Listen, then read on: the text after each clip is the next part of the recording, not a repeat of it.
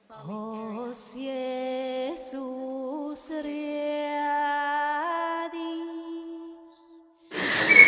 these are made from reindeer leather. But these are very old.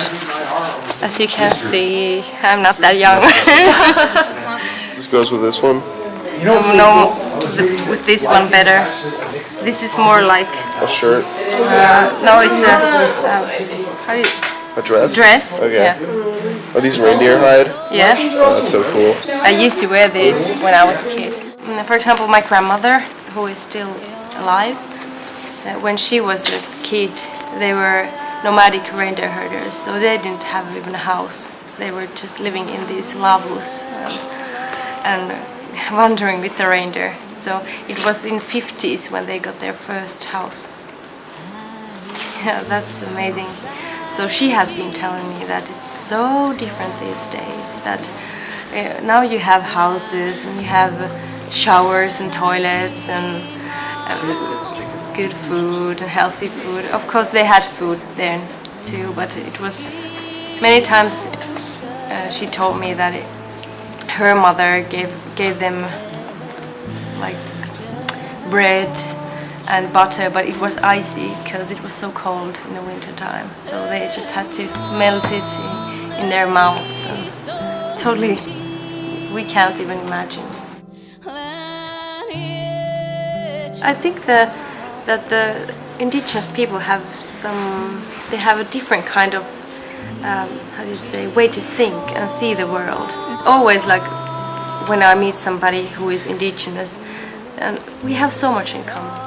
They have tried to assimilate all these Saami people to Finnish people, and it was very strong pressure from there.